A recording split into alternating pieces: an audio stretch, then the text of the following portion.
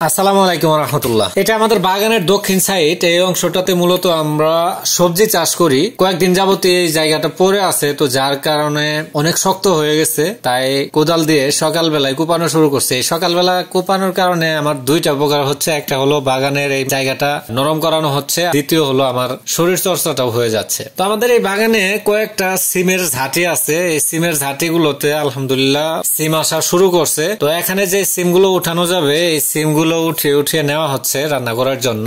বেশ কয়েকদিন যাবত আমাদের এই এলাকায় প্রচুর ঠান্ডা পড়ে, যার কারণে আমাদের গরুগুলোকে গোসল করানো হয় না। তো আজকে যেহেতু রোদের পাওয়ারটা একটু বেশি, তাই আজকে গরুগুলোকে ভালোভাবে গোসল করাই নিলাম। কুয়াশার দিনে কখন কি হবে তা বলা যায় না। আমরা যখন থেকে খামার শুরু করছি তখন থেকে হাঁস চাষের সাথে যুক্ত আছি। শুরু থেকে শেষ পর্যন্ত আমরা শুধুমাত্র অরিজিনাল যে নেপিয়ার ঘাস আছে এই ঘাসটাই চাষ করছি। সবজি বাগান আছে এখানে কয়েক সোফা, ঘাসের মধ্যে দুইটা সোফার গ্রোথ প্রত্যেকবারেই খুবই ভালো হয়। অন্য কোনো জাত কিনা এটা আমি শিওর না, তার কারণ আমরা অন্য কোনো জাত আমাদের ঘাস চাষ করার সময় ইউজ করি না। অরিজিনাল যে নেপিয়ার ঘাসটা আছে এই ঘাসের চেয়ে দুইটা ঘাসের গ্রোথ অনেক বেশি, এটা মানে ধারণার বাইরে। দেখতে পাচ্ছেন এই যে গাছগুলো কিন্তু অনেক বড় বড় হয়ে গেছে এবং মোটা হয়ে গেছে, বারবারই এরকম মোটা হয়, যার কারণে ঘাসগুলো থেকে কিছু কাটিং আমরা সংগ্রহ করে নিব। তার কারণ এটা আমরা পরীক্ষামূলক ভাবে আমাদের ঘাসের ক্ষেতে লাগাবো। ঘাসের ক্ষেতে লাগানোর পর যদি এগুলো ভালো হয় তাহলে আমরা চেষ্টা করব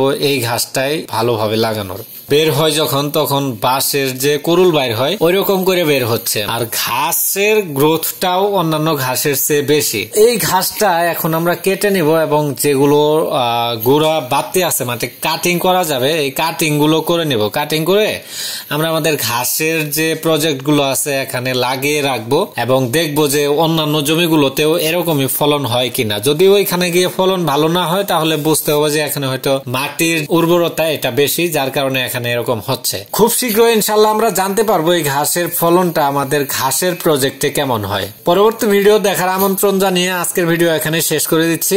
আসসালামু আলাইকুম ওয়া রাহমাতুল্লাহ।